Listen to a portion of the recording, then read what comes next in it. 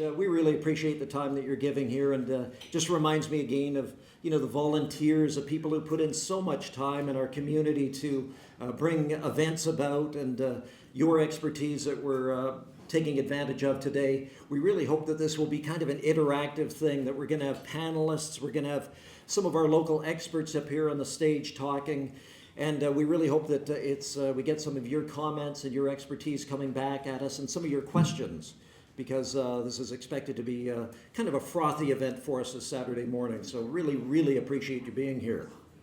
I want to start off, of course, by acknowledging we're on the traditional territory of the Lekwungen-speaking people, Songhees Nation, and the Kasapsum Nation. That's the traditional name that Esquimalt starting to use, Kasapsum. And we have a lot of respect, of course, for the nations. Great to be working with them on the variety of events that we do here in Greater Victoria. And it was interesting talking to Charles and Clint earlier, just on that point. If you remember 94 in the Commonwealth Games, and it's funny, some of the Camosun students who were here with us, weren't even born then. But you remember the opening ceremonies, we have a lot to be proud of here, that the Indigenous involvement in 94, it was really respectful and significant. And, a lot of municipalities are playing catch up with that. But I think we can be really proud here, because that was significant and respectful, and we did a really good job in this community then, and have been leaders since that time, I believe. Let's see. Want to thank Coben, who's here. Where are you at, Coben? Coben Massett, who I work with at the Sport Tourism Commission. He gets a lot done. He's responsible for all of this morning. Well done, Coben, again, getting things going. We're recording this, if that's okay, so that we can share this with people who can't attend. So if that's all right with everyone, we'll be recording this. We'll put it on the Greater Victoria Sport Tourism YouTube channel there. We have a lot of documents for you to take home today. We've got some of them on the back table there, but a little bit later I'm going to be putting on the screen a QR code so that you can access some of the budget examples we have, some of the sponsorship information, some of the different guides that we have, and hopefully you can take those home with you and that it's helpful, no matter where you're coming from today. We want, I wanted to mention, we'll have a Q&A session at the end. We want some interaction throughout this thing. We'll have mics on the floor. By all means, pipe in, put your hand up, that kind of thing. Name tags, you'll notice it. Everyone has a name tag here. The speakers have a blue bar. Most of the guests have a red bar. But I also wanted to point out, if you see one of the people with the green bar on there, they're students from Camosun's sport management program, who are helping us volunteer today. Some of the guys over there, some guys and gals in the back. So we really appreciate the involvement of the sport management program there, and it's a bit of a networking event for them as well. So if you have an opportunity to talk to the students and find out what they're about and what they're interested in, please do so. The bottom line today, the summit is all about opening a discussion to share why certain things are important to sport hosting in Greater Victoria, and what's needed to host a successful event, and how the Greater Victoria Sport Tourism Commission can help with that. I wanted to thank Charles in particular. He's on our Sport Tourism Committee and kind of floated this idea at one of our meetings last year, the idea of bringing everyone together. So we really appreciate that. And it's a great idea, a great example of how the sport expertise that we have, kind of the ideas that can float up, and we've got a really great committee, and appreciate that, Charles. Thank you. One of the first things we want to talk about today is where Greater Victoria Sport Tourism fits into the local kind of sports ecosystem and the tourism ecosystem, where the funding comes from, how we fit into all of this to run our office. And with kind of a high-level view of this, Paul Nursey is here, the CEO of Destination Greater Victoria, who was involved in the transition from sport host 5 years ago. Hugh McDonald, our friend who was there, and when he retired, we transitioned to the Greater Victoria Sport Tourism Commission. Paul was involved in that, great friend of sport, and has a vantage point from Destination Greater Victoria. Paul?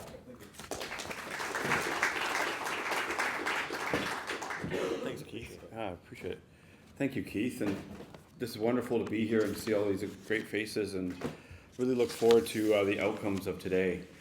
Keith asked me, I think the event organizers, Clint and the gang, Charles, really wanted me to come and set the stage, provide some context, a bit of a framework briefing for you.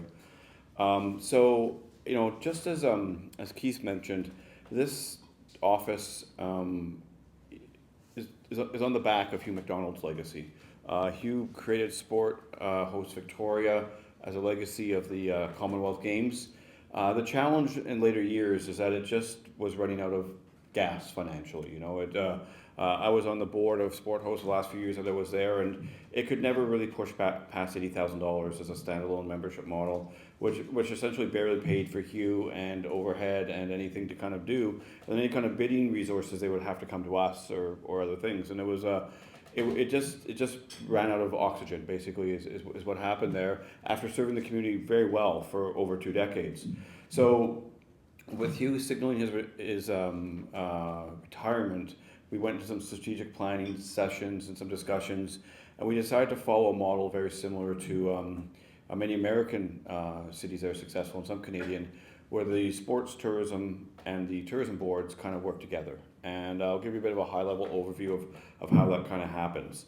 But really, it's leveraging shared services and shared expertise, because there really only is so many resources in a community, or in a government system, or in a business system. So it's all about efficiencies.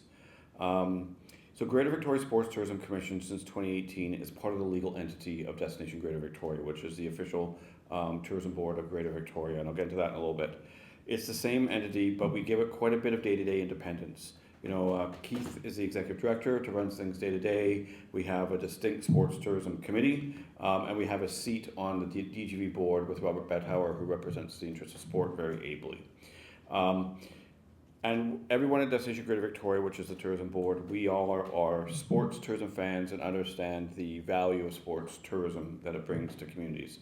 In fact, our CFO, and I'll speak to fiduciary duty in a little bit, he's a Kiwi and he played pro rugby in Scotland. So, you can't get more hands-on than that. So it's great, but, it is part of our legal framework. And, as a CEO, I do have fiduciary duty. And what that means, if anything goes wrong, I'm the one who goes to jail. So, and to a lesser degree, James. So we want to make sure that we are running things right and we're doing it well. But it's great. In terms of scope of budget, it was about $80,000 when Sport Host wound down, and we're just working on our budget for next year. And pending board approval, it will be around $600,000. So you can see the order of magnitude that it's gone up over time. Last year was just over $500,000, and we're proposing a 20% increase in sports tourism budget this year, which is greater than the 14% increase in hotel revenues this year to date. So that shows that we're incrementally kind of upping the sports tourism importance within the scope and the ability to do it, along with all the other many things that Destination Greater Victoria has to do within its remit. But we think it's important. I think the reality is that we have a vast number of events to be supported every year. There's annual events such as the marathon, as an example, as a high-profile example, that relies on us to be one of their many sponsors. And there's about 30 of those that we support. Plus, every so often, we like to bid on big things. We call those tentpole events. And we've learned over the years that we are probably better at single sport major events than we are at multi-sports events. We had a lot of fun with the 55 plus games, and Clint did a great job, but we realized that was perhaps too complex for our organization to take on. So that kind of gives you kind of a high level overview. I'm going to dig a little bit deeper into kind of the resourcing and where that comes from. So all tourism bureaus in Victoria are operated under a provincial framework called the MRDT model, which is a voluntary lodging tax, which is part of the Provincial Sales Tax Act, which is a 2 or 3% tax, depending on the community, added on to your PST at hotel stays.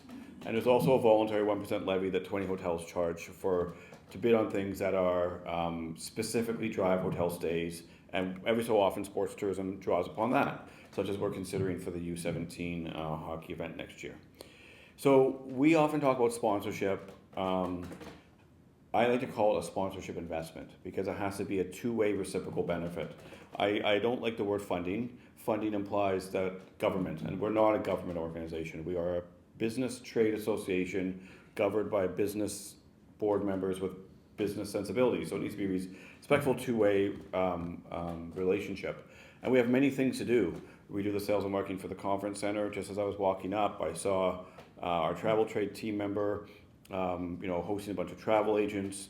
And we also do a lot of other different things. You may have saw the Condé Nast #1 small city in the world. That comes with a lot of media work, but that you can all leverage. So really what it comes down to in terms of making an investment in sports events, the number that's fair, because this is what works for our hotel partners, which is where the money comes from off their guests, is about 15% of guest revenues that are contracted. So that's pretty much what we can do, and I think those of you who have heard me talk say that's the number. We can work on it a little bit, based on different things, but that's what's fair. And so, and that's what other channels we do the same thing for. But we will go after big things every so often, but it requires planning. And often when it requires planning, it requires partners. And that could involve a municipal government, that could involve the provincial government, and that's a different discussion because different provinces handle sports tourism a different way. But our investment is often the first investment. So if something requires a lot of money, I'm going to use the example of a Briar. We had an example where some folks came to us with like 6 weeks to try and pull off a Briar. We just couldn't do it within 6 weeks. We didn't have time to make our commitment and then get the province on board and then get the other things. These big events require a lot of pre-planning, and we're happy to do it, but it just requires that. The other thing that's really important to us is sports legacies. This is something that as a tourism person has been repeated to me several times, and hopefully I've listened. When we're considering investment, we want to make sure that there's community legacies and that there are sport legacies. Will there be an infrastructure upgrade? Will there be disadvantaged youth or Indigenous participation? Will there be some sort of sports legacy and sustainability legacy built into the model? And finally, as I wrap up my remarks, I've got a few more points to do. The Greater Victoria Sports Tourism Convention offers more than just sponsorship. We put on events like this. We put on events such as the Greater Victoria Sports Tourism Hall of Fame. We try to bring the community together. Working with Destination Greater Victoria, we have in-house marketing, CRM, bidding materials, legal, different things that can be leveraged for sports tourism. So, that's pretty much where we're at, and I think, this is great to see everyone come together to learn more. And I think I just want to signal one or two more things. First of all, wherever you are at, if you're a sports organizer or like a local association, we see value in big and small. I'm just going to, again, use an example. The swimming events often go on at Saanich Commonwealth Place, a little bit under the radar, but deliver a ton of benefit for the community, right? Doesn't necessarily have the same oxygen in terms of media coverage and things like that, but deliver. And then right up to our largest investment ever, which was the IIHF World Junior Hockey Championship, which we shared with Vancouver a number of years ago. So there's a lot on the go, and I hope you guys have a great day. I'm not able to stay because we're under the pump. It is budget time, it is business planning time. We have 7 committees and 2 boards to get things through in the next 3 weeks here, and we've got a lot of work to do. But I wish you all a very, very productive day, and thanks very much for the opportunity to help set the framework. Thanks, everyone.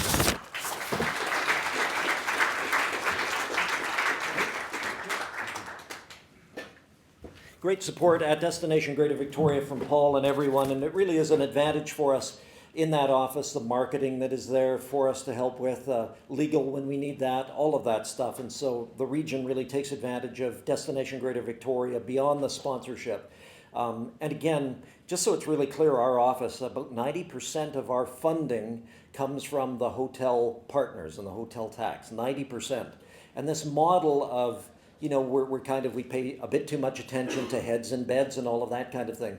But they pay the freight. That's what we've got to lead with. And it's the model that everybody uses.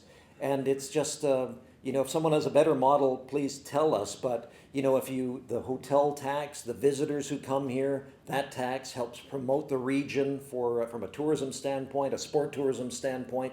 We try to quantify the hotel nights. Everyone benefits then. The restaurants benefit, the suppliers, all of that thing. So that's the model. That's what we work with. And then again, I should point out that it's a membership-based organization as well. We have about $70,000, $80,000 of budget that we get in from our sponsors, a membership community that we're really happy with. And we have about 30 organizations in town, the municipalities, businesses, attractions that are members of the Sport Tourism Commission, and we have networking events, and we try to keep them involved and give them some visibility on our website and that kind of thing. So that is what we do in a nutshell. I'm going to get into a little more about the Sport Tourism Commission here for a few minutes. What do you got? A question from the floor? Question. We didn't touch on the First Nations component and how important it is to Greater Victoria sport tourism. Yeah, it is. You want to touch on that? Yeah, I should, and it is something, again, we lead with, especially today, these days, and it makes perfect sense. We did try to get some involvement from the local nations, not available. But having said that, yeah, it is top of mind, especially, you know, from the province, from the events that we do, kind of respectful involvement. You know, and it's great. We're making really good progress with that. Now that you mention it, and working with, you know, having some involvement that way, and it's a topic that we're going to dive into deeper, and we want to be completely respectful about that. But we're going to do webinars that come out of this, and some of the Indigenous involvement that will be part of our future webinars on that. It's a good point, though, Clint. Questions from the floor. Again, we want to keep this thing going that way. By all means. Yes, Doug. Just building on that, the BC Sports Hall of Fame just announced an Indigenous online delivery system that features the Indigenous focus that they have. And we as the local sport Hall of Fame with the other ones in BC are all supporting that, moving to the online delivery. They made a major investment in that capability, and we've had an announcement on our website and we're promoting it. I saw that from Tom Manick. Great example. And Doug from the Greater Victoria Sports Hall of Fame. Thank you for that. And your event is coming up at the... October 26th. We're doing Tickets still available? Yes. Tickets still available October 26th. So we're going to try and hit on all of these things here today. People to be aware of the strategy behind approaching the Indigenous people and the investment that's already been made so we can leverage it. Really good, Doug. Thank you. That's it for questions now, people. We've got some stuff to get through this morning. Hey, Coben and I are going to, one of the things we do is occasionally go to sports missions. They're, you know, across the country. The sport tourism commissions across the country get together with the national sports organizations. We're at one at the end of the month in Charlottetown with all the NSOs trying to bring events here. And we had a video created just recently. Thanks very much to Roll Focus and Mike, who's here. Thank you very much for the work on this. This is one of the early cuts that we have, but we want to show you how we're promoting Victoria and some of the great facilities that we have here.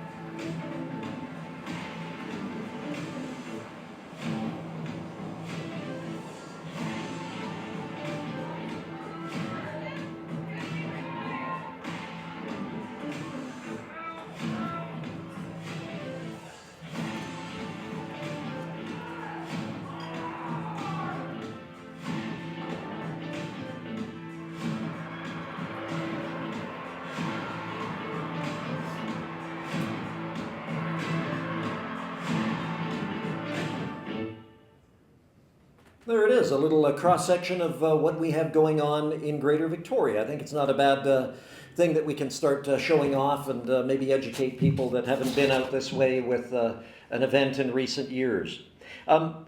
First of all, here's a look at our Sport Tourism Committee members, and this is really a great group that gets together on a quarterly basis here in town, and you know, to talk about the Sport Tourism Commission and get some great feedback from them. chaired by Robert Bettauer. Thanks over there, Robert. But really a great list of community leaders from a wide variety of organizations, some hoteliers on there, regional municipality people, and we're really, really grateful for their involvement helping shape the Greater Victoria Sport Tourism Commission.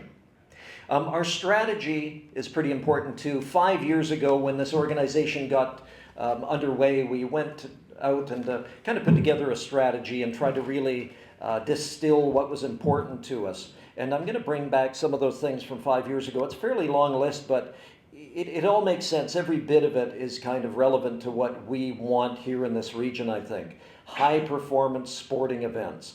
Unlike the idea of the tournament capital and softball tournaments, we're more about high performance here, and I think that's been proven over the decades. More national sports organizations based here, which I think is great. Everything, John, from 94 forward, you would reflect this as well. All of the advantages that brings to the region from having national sports organizations here. Positive social and economic impact, of course. Legacy, cultural component. Things that are new while strengthening existing events. Seasonal, the focus on Q1 and Q4 primarily. Again, I'll talk more about that seasonality bit in a moment. Events that are repeatable, conferences, events that leverage our geography, climate and region, things that we should put out in the water here. The other things that strengthen the development of sport. Healthy, active community, focus on inclusion, physical literacy, and active living that I hear from Robert all the time, those lines, which make perfect sense. National and international media visibility that is sometimes lost in these things. But coming from my background in TV, it's something we don't pay enough attention to. Thinking about the CFL game here and positive impact in the region, the hotels were full, all of that stuff. But imagine the national TV audience that we received from that and from Hockey Day in Canada. Really, really significant. That's really hard to nail down exactly, but it's positive and it's really important nonetheless. And at the end of the day, we want to raise the image and reputation of Greater Victoria as a world-class sport host. That's what came out of this strategy session 5 years ago, and I think it's all still true today. So how do we help to accomplish this? Well, here are the 3 pillars that we work with every day that we talk about. Ongoing local support. That means the existing events, the marquee events like the TC 10K and the Marathon, the Highland Games Heavies and Swiftsure, and these events that have been around for a long time. We want to help support these local marquee events that we have. And then at the same time, we're bidding on events, trying to bring new things here that are exciting for the community, that are really positive for the families here, and bringing your kids out to watch events and keep this a vibrant place to live. I mean, that's really top of mind for us, trying to find interesting things that people will want to attend here. Second, this tentpole event idea, and it looks like this between the years. Every year, every couple of years, a really significant event like the World Junior Tournament a few years ago, like Hockey Day in Canada. That would be a kind of a tentpole event. Things that we can plan for, put some more budget into, and we can't have 6 of these a year. This region is really quite small when you start really looking at it, and that's what has kind of hit me after a few years of doing this. There is a limit to what we can do here. We try to bring everyone together from the 13 municipalities, and this is a complicated region. But 1 or 2 really large events per year, like a Bry or like a Memorial Cup eventually, that kind of thing makes really good sense for this region, or something larger and different that might be out there. So that's the second pillar. And the third is this new idea, the Sport Tourism Express, that Coben has been involved in a lot, and trying to kind of identify the events that come here, the weekend volleyball tournaments, the high school soccer tournaments, this kind of thing that takes place. But we haven't really identified or quantified in the past, and we can help with hotel rooms, finding the best rates for these groups, the other things that we help with. So that's kind of our core day-to-day stuff. That's what it looks like, the 3 on the top, and then these other pieces that we help with. And I want you to take note of these things, because this is where we're happy to help with. We want to have a coffee with you, sit down and talk about this stuff. We have our major sport investment program. And again, we have about $300,000 a year that we put into about 30 events. That's what we sponsored last year, and that's really, again, it's a smaller market. It's not an incredible gigantic number, but when you consider the impact that that has on 30 events, that's a fair bit, and compared to sport hosts before and how difficult that would have been to find individual funding for events, I think it's really significant. And it wasn't that long ago that we were kind of trying to get to a $500,000 sport tourism office. Now we're at $600,000, half of that money going out there into direct sponsorship of events. Our sport hosting toolkit, I have the link to that coming up. This gives some visibility to the fencing companies in town, the porta potty companies in town, our sport members, the list of hotels, the anthem singers, all of this stuff that would really help someone who would bring an event here. So we've got our sport hosting toolkit that we make available. Bid book assistance, we do that stuff. We have a sport VIP program, and I'll explain this really quickly. It'll help you with your events in the future. We're transitioning to an app where visitors and athletes who come to town for your events will be able to go to downtown restaurants and to running shops and this kind of thing and get discounts when they're here, or go to attractions and whale watching, and you can take the family and get a big discount. So it's kind of a nice bonus for people who would have an event here, the friends, family, officials, athletes, and they're able to get out on the town and enjoy some discounts around town. I think that's a nice thing that we offer. Economic impact calculator. When you're going out and trying to raise money, having this EI data is really important. What kind of impact did your event have when they were here? We pay and are part of an organization called Destinations International. And they have an EI calculator that we're able to take advantage of. And for our sport tourism members, we're happy to run your event through our calculator. We have an example in the data that I'll show you in a second of what that EI calculator, what it puts out. And it's like the taxes that come from it, the benefit to the community, all of this stuff. And when you're armed with that and you go out to sponsors next time, and it's like your event is really having an impact on the region, and it kind of helps to prove that.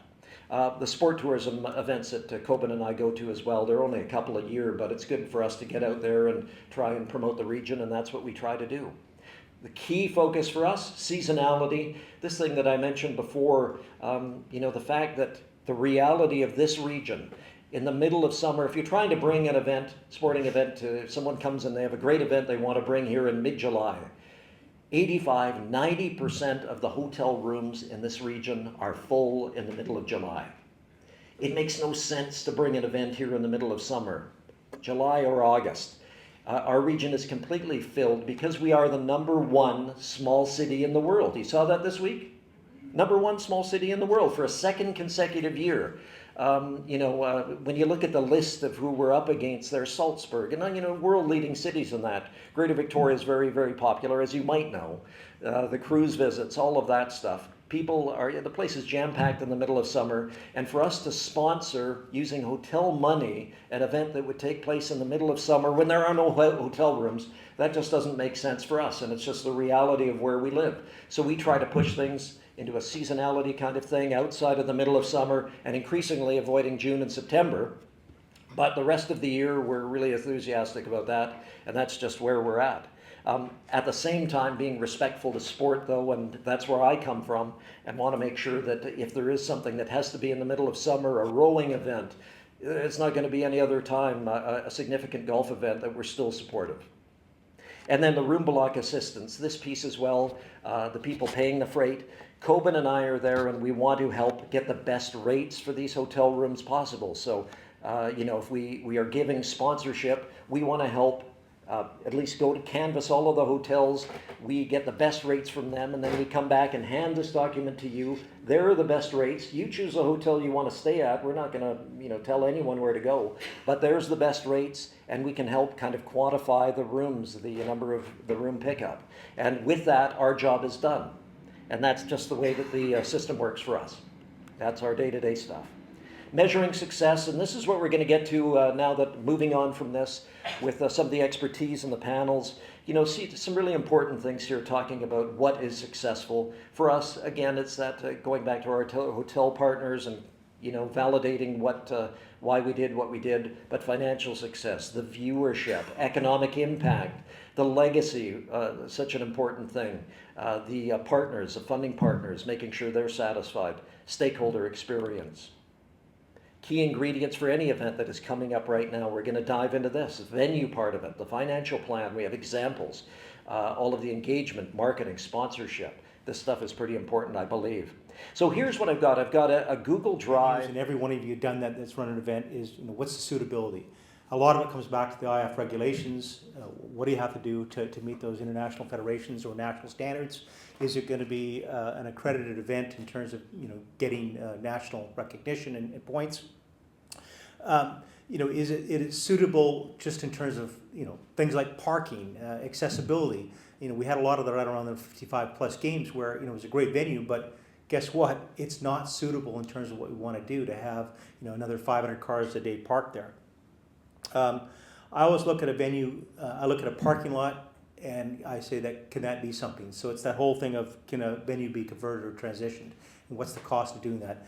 John, you and I were talking earlier, just at the beginning, about the old Royal Golf Course. I mean that could be converted into a lot of things. I know that there's a lot of municipal challenges around that, and we'll talk about that later. But it's and again, we've all done this, but what else can we do at a venue rather than, is it a basketball venue, or what else can you do? There is obviously a lot of implications around doing floor protection. We certainly recognize that. If you look up at U of Vic, they've got one of the best basketball facilities in the country. They're not going to have you be able to do other things up there. We recognize that. But there are other options, and I always encourage everybody to look at a parking lot as a Hockey Day in Canada ice rink that we were able to put together. Obviously, the location availability, as Keith said, timing, coming back to accommodation, distance from the things, transport options, all those things that you need to sort of consider in your checklist. Costs, we'll get into this in a second. There's obviously direct and indirect costs. There's obviously the cost of the rental, but there's a lot of indirect costs of running a venue. When you look at today, obviously there's the rental cost of this room again, the Grand Pacific Hotel is one of the partners, so thank you for their contribution, but all the AV work and all those things that have to come into it. And then obviously the available services. What can a venue provide? Can they provide AV services? Can they provide the tables and chairs? So all those things, it's not new to anybody, but what it's always captured in is this venue use agreement. And I think in the package that Keith put up, there's some examples of venue use agreements that we've used from Langford, Oak Bay, etc. But there's also some detailed ones that I think I put up there from bigger games, Commonwealth games, etc. That things you have to think about in your venue use agreement. And that's where it all has to be reflected, because if you go wrong in the venue use agreements, you're going to have problems all the way down the road. So just some of the things that are in that venue use agreement, the costs, obviously bump in days versus bump out days. Sometimes they have different rates for event days. I know using the conference center here in Victoria, they obviously charge a different rate for when you're having the event versus when you're bumping in. Internet, parking, catering, all those things that you just need to consider. Again, I'm not telling anything that people don't already know, but I guess it's important to go through those because it does impact your costs all the way down. And we've had lots of examples where we do an event and we find out, no, we can't bring our own riggers in, we can't bring our audio. We've done a sponsorship deal with a sound company, but the venue does not allow that because they have an exclusivity deal with a particular supplier. All those things that you just have to consider. Access loading docks, security. I think unfortunately, in Victoria and elsewhere across the country, we're all experiencing higher security costs. What are your availability? Can you bring extra security in? All those things. There's other things that you need to consider in terms of restrictions, what you're able and what you're not able to do in terms of using the venue. Certainly from a sponsor perspective, some of the venues, as you would know, would have exclusivity with particular sponsors.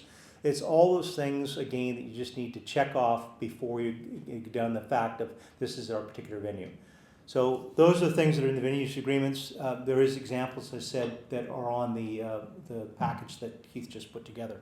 And I should point out too that this deck is actually in that list of things there, so you don't have to take photos of the screen. It's all there and downloadable, and we'll put that QR code up a little later again. So what's the role of Greater Victoria Sport Tourism Commission in the venue selection? So there's obviously maintain a connection, relationships with all the municipalities to provide a fast track for consultation. They're not going to so much negotiate your costs and do the consult in terms of getting the right price for you, but they can connect you. I think to support a linking funding requests, I'll use the example of the Scotiabank Hockey Day in Canada.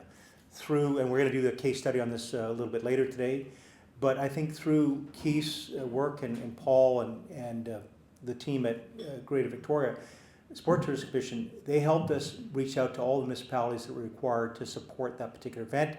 Same thing with 55 plus games. It was that connection that allowed us up front to work with those communities and municipalities to access their venues and do those things in a timely manner.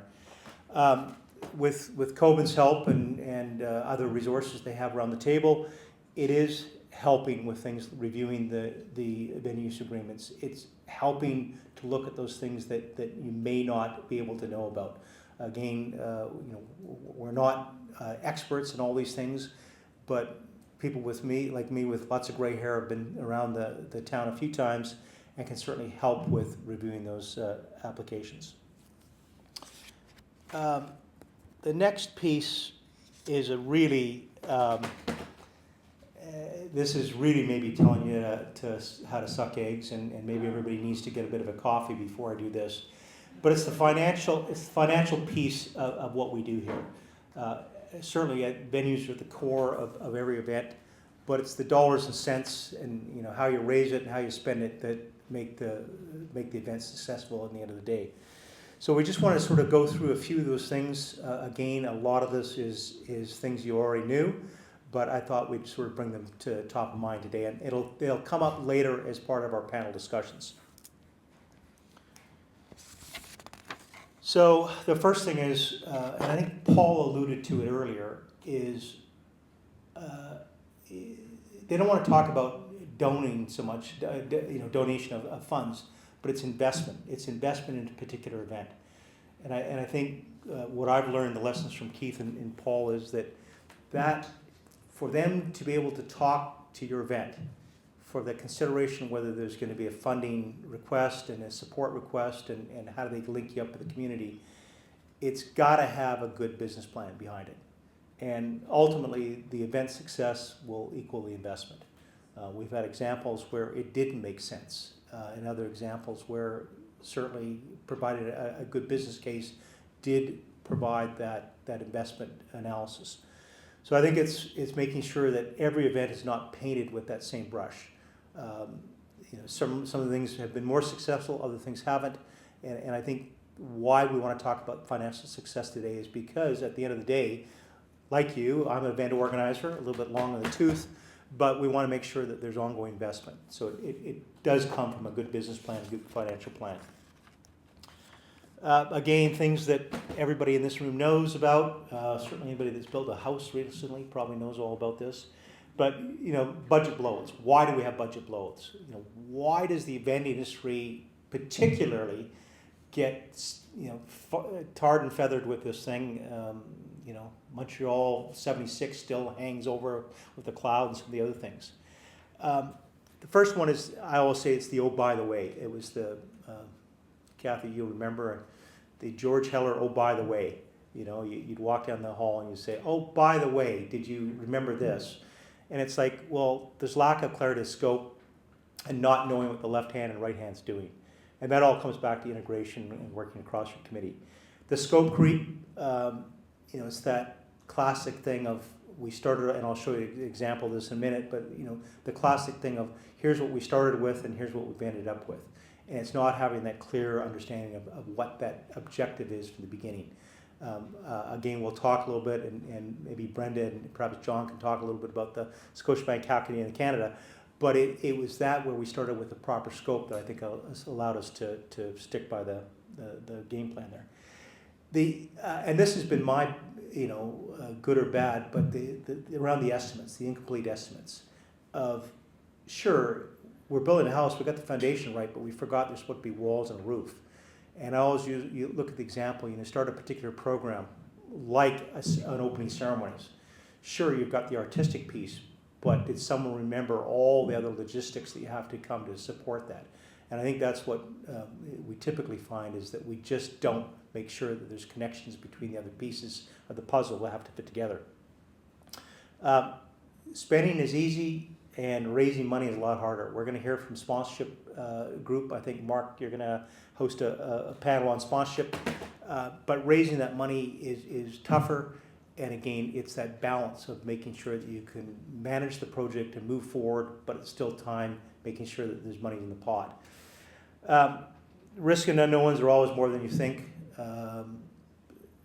It's all those things that typically trip us up, and that it's hard to cost those unknowns, but ultimately, at the end of the day, what I found is those unknowns are always the challenge that relate to budget blowout, and that comes back to have enough time to be able to do that. There's the no integration, duplications and gaps. A lot of times that happens with new committees being brought forward, or new projects that we just haven't had the opportunity to connect those pieces. The last minute, that example that someone's bringing an event here, 6 weeks out, and can you help? Well, 6 weeks out, you're not going to get the venues, you're not going to get the hotels, you're not going to be able to get those things. So it's, again, that last minute. And ultimately, and that's what we're going to talk about in the next couple of slides here, is the elephant is not in bit-sized pieces. It's too big to chew off in one piece. So, again, boring stuff, but it's the project plan. And that's what every event I've ever been involved with, it deals with the project plan, is how to eat the elephant. And it is one bite at a time. So it's taking whatever it is you have and breaking it down into smaller side pieces. Kathy, you've been doing the marathon for a few years now. I won't date how long it's been back, but you've broken that Royal Victoria Marathon down into pieces that all fit together. And that's really what we're going to try to talk about here. So the key elements of that project plan are, first thing, how are we going to get it done? And I'll use an example of the 55 plus games. Sure, we've got to deliver whatever it was, 28 sports or whatever, but it was really Charles having the plan of, well, okay, we've got to go work with the local sport organizations, the LSOs, who many of you represented in this room, to figure out how to deliver the actual sport.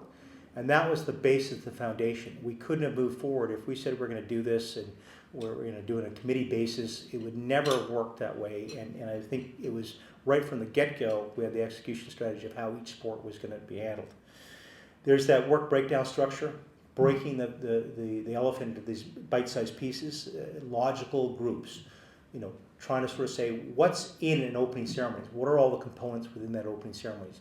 Make the assumptions, make the connections. Assumptions, I believe, a lot in assumptions, because they allow you to prove out over the period of time that you have. You make those key things and you spend the time and efforts proving out or non-proving the assumptions. Policies. Are we going to compensate the volunteers? How? Do we do it consistently across all the committees? Is there particular groups we don't do? How do we handle things like parking? How do we handle transportation costs for our committees? The committee structure we're going to talk about. I think you guys are going to talk about that. Risk maps, estimates, schedules, all the pieces. The boring pieces, but that is the business plan. That's what makes it move forward. So I think most of you have seen this, but I just want to throw this up, which is the example, and I think I've been involved in a few of these projects. That's why I've got a few scars, but it's the classic thing of how did it start off in terms of what the customer thought he was going to get, or they were going to get. They're going to get this nice 3-tiered ladder, and ultimately, how it was developed, how it was scoped, and ultimately what the customer really needed was that tire swing. So I always put this up at the beginning because it reminds me of the phases you have to go through to sort of, well, what are we trying to deliver? What was the objectives? What are the resources we have? What's the timelines we have? How do we document the project? And ultimately, did we actually succeed and measure what we're supposed to be done? So that's sort of the whole thing I always use as my touchstone base. So the project plan basically, at the end of the day, allows us to take all these pieces that make up an event to that. I think, those of us who were glued to the TV over that month in July and August, to me, that's one of the most iconic shots of the Paris Olympics. But it's basically, how do you take all those things, which is all the pieces, the security, none of us are planning, at least not for a while here, Olympic ceremonies, but it's all those pieces still have to come together. And it's the security, the technology, the broadcast protocol, all those pieces that we want you to try to make sure that you've addressed in some ways and say, no, tick off the box, we don't need particular broadcast for this, we don't need ticketing for this particular event. But we want to provide that checklist. I think that's one of the toolkits in there of all the things that you should consider for when you're doing a project, and how do they get integrated. So the key principles, elements in your project plan is obviously to have that robust estimate. I'm a big proponent of having these detailed estimates. Says you have 150 shirts that you need, and they're $25 a piece. So that at the end of the day, if your numbers of volunteers or shirts that you need go up, and the number of the quantity goes up or down, or the dollar value, you've got the ability to say what changed in those things. Prioritize the spending. I always go back to the example in Victoria of the Harbour Festival. I don't know, anybody remember the Harbour Festival we had here? So it was on the lawns of the legislature. That didn't actually come about until 8 months before the games. George Heller took us away and said, okay, we've got sport figured out, we've got transportation figured out, we've got the accommodation figured out, we've got all these core elements figured out. What else do we want to do? And Ed Oscapella, who some of you remember, was our cultural guy at the time, and said, how about a cultural festival on lawns of the legislature? And it was created, but it was only until we prioritized the spending and everything. So I always learned that lesson of get your basics done first, and then you look at discretionary versus non-discretionary funding. Clarify government delivery, particularly in Victoria, we've got the various municipalities. I always problem the problem of policing traffic control. John, you know that well. Kathy, you know that all too well in terms of how you do those. Measure progress. How is it you're measuring progress? Is it against how you're doing spending? Is it against how you're accomplishing your tasks on a daily basis? You have to have some measurement tool. Spend only what you have. That seems a little bit too basic, but it's basically managing that cash flow. We see too many times where the cash flow, you need to spend, and that cash flow just isn't there. So it is coming back to the schedule and giving yourself enough time to execute those. Sponsorship is not the way to fix budget gaps. We're going to be talking about this. Sponsorship is not that magic solution. Sponsorship is to enhance the event, to provide some basic funding, but it's not going to fix your budget gaps. It's not going to be the thing where you say, oh, I think we'll get an extra $100,000 and this will fix this particular problem. I always have this thing, take your contingency, then double it or triple it. And then the famous thing we've all learned is, under promise and over deliver.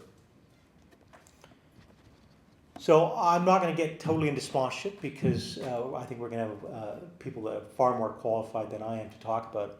But I just wanted to set this up for the discussion, which is, and I think we all know about this now, it's more than putting up signs on a field of play. It is finding that value for the sponsorship. I'll give you two examples of things that I learned. One was 55 plus games here. We went to Berwick.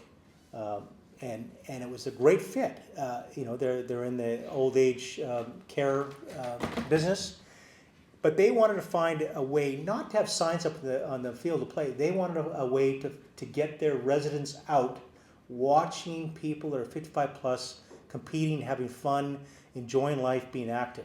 It was a great fit, and we found that way of saying, okay, how can we do that? Well, we had opportunities for them to hand out medals, etc. at the event.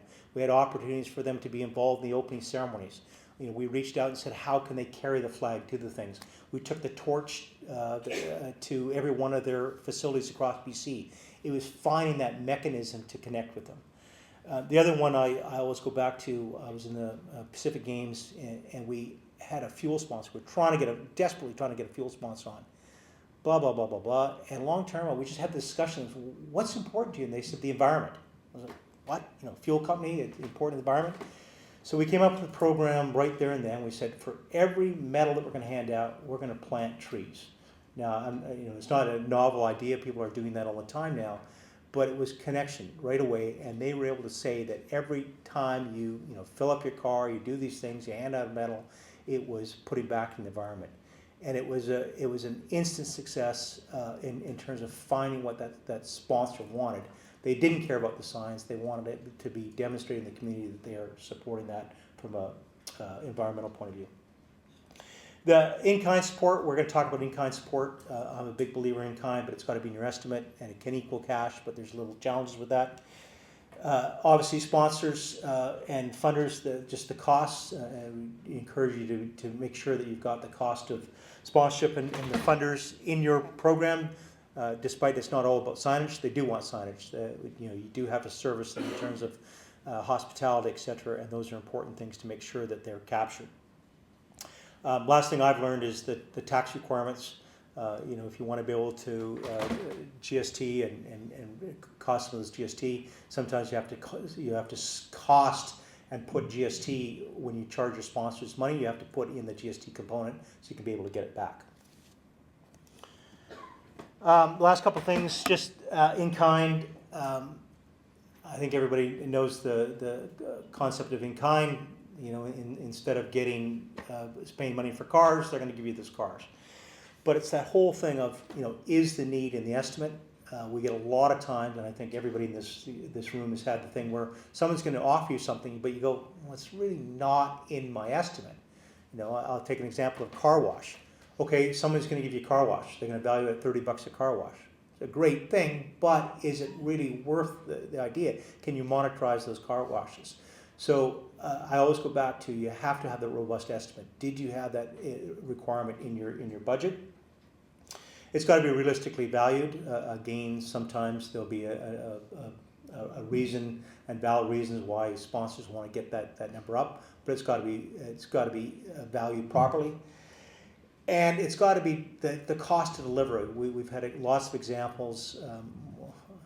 I had the classic one in Pacific Games where someone's going to give us free fuel. By the time we put in the fuel tankers, we put in the safety things, all the things we had to do, we ended up paying way more for the cost of delivery of that fuel than it was actually worth that we could have gone to the service station. So just examples like that. The last thing I'm just going to touch on is the in-kind trading and monetization, which I think will probably be part of that sponsorship discussion. But how do you do it? It's tricky because some sponsors may not want you to do that, and you have to be transparent. We did some examples on Scotia Day, Hockey Day in Canada, how we did it. But we've had examples where WestJet, for instance, provides you air passes. You don't actually need the air passes, so can you sell those off? Can you trade them for that? Same thing with building materials. You get one of the local builders here to provide you, but you don't actually need all that lumber. How do you monetize that? Gas vouchers. You don't actually need that, but can you use those to offset community expenses? So again, it's things where you've already sort of thought about, but it's just a tick list which we're trying to provide this morning of things that you should be thinking about moving forward when you do your estimates. And finally, I hope everybody's still awake, but it's not rocket science. It's just common sense. I learned that again through the School of Hard Knocks. It's the business practice that we all have every day in our ongoing, our ongoing work, our own ongoing lives, and try to take that same discipline to the events. I think we've been really blessed here in Victoria by having some examples before us that set great benchmarks. And I always go back to the Commonwealth Games, which Keith alluded to earlier, which was the benchmark for me in terms of how do you take a complex project like that and break it down and make sure that it's delivered successfully, both from a stakeholder perspective, but it had to equal financial success. And that last little bit of George Heller advice that we all got, beat into us was that there was 10 points for any event. And the first 5 sets of points from 0 to 5 were financial success. So you could earn a 0, you could earn a 1, 2, 3, 4, 5, but that was the financial success. The delivery success was either a 0 out of 5, right? So you basically, guys, you can never sacrifice the financial, the event success if you don't have that financial success. So it's been beaten to me from forever and ever that you have to have that financial foundation. And I guess the whole reason we're talking about this and boring you all to tears this morning is that it's important to Great Victoria Sport Tourism Commission when you come and seek support that there's a business plan behind it. And if you don't have the business plan, it's resources that Coben and Keith and the team can bring to sort of say, well, how we put these things together. And I think we're going to give an example when we talk about the Scotiabank Hockaday in Canada event later on this morning that will demonstrate how that partnership worked. So thank you. Apologize for going things that your mother probably already told you a long time ago, but appreciate the opportunity to talk to you this morning about these important principles. Thank you.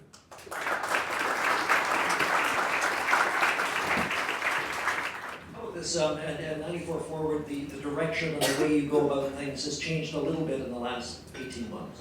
Yes, dramatically, I think, and I hope.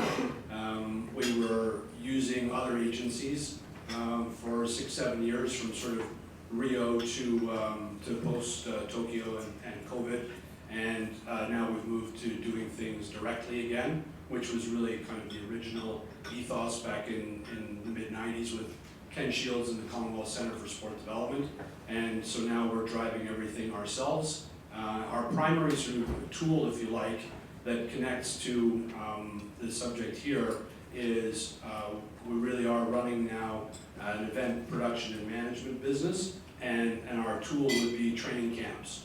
So we're bringing athletes and coaches from all across the country together to Victoria and we have to select some sports, so that's our independence. We get to kind of pick and choose.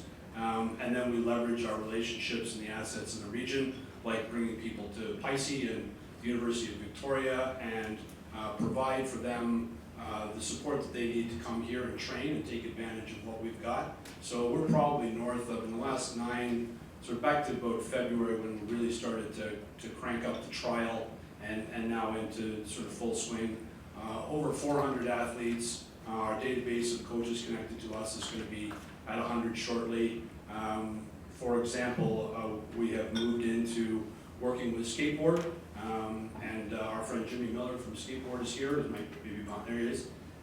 So we had Cordano Russell here a couple of months ago. So if you were watching the Paris Olympics, Cordano was the highest ranking Canadian. And we have Faye Ebert, who was, you might have read about, who was maybe the youngest Canadian in the Paris team, who's, I don't know, 13 or 14 now, and she's flying in 10 days. We're going to have a skateboard camp, and so we've been doing that across 6-7 sports solid for 9 months now.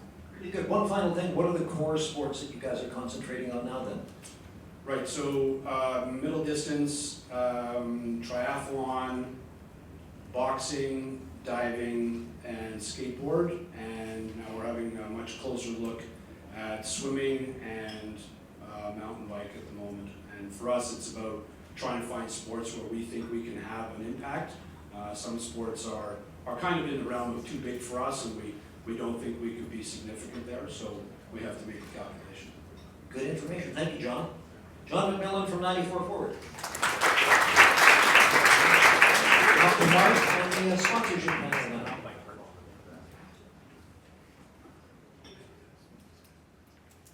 This work? Perfect. Hello, everyone. Good morning. My name is Mark DeFrias. I know many of you in this room. Some of you, it's the first time. I'm really excited today to come up here and discuss sponsorships. Obviously, the business of sport is very integral in my business, DeFrias Management Group. For those that don't know, DMG, we specialize in sports and event marketing, and we consult for many of the provincial and national sports orgs. Some of you are in the room here today, assisting them in solving their funding gaps. very interesting because that was what Clint Flood said earlier, was sponsorships don't fix event financial gaps, which I totally agree with. And I think it's kind of funny because a lot of times when we're talking to clients, they will say to us, well, we'll just get a sponsor for that. And unfortunately, that's not how that really does end up working. So we'll talk a little bit about that today in the panel. I'm really excited about our panel that we have. Some very exceptional people, fantastic group, which bring their own unique experiences, whether it's as rights holders, or as brands. So first and foremost, I'll bring Paul Byrne up to the stage.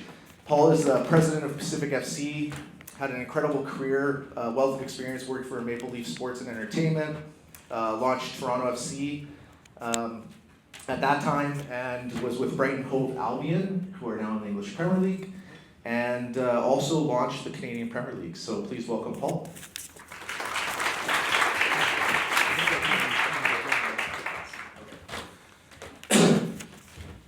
Jennifer Liu, marketing and community manager for Fairway Markets, who's been heavily involved in sponsoring some big community events like the Victoria Dragon Boat Festival, involved in the 55 plus games, and the Fairway Gorge Paddling Club. Welcome, Jennifer.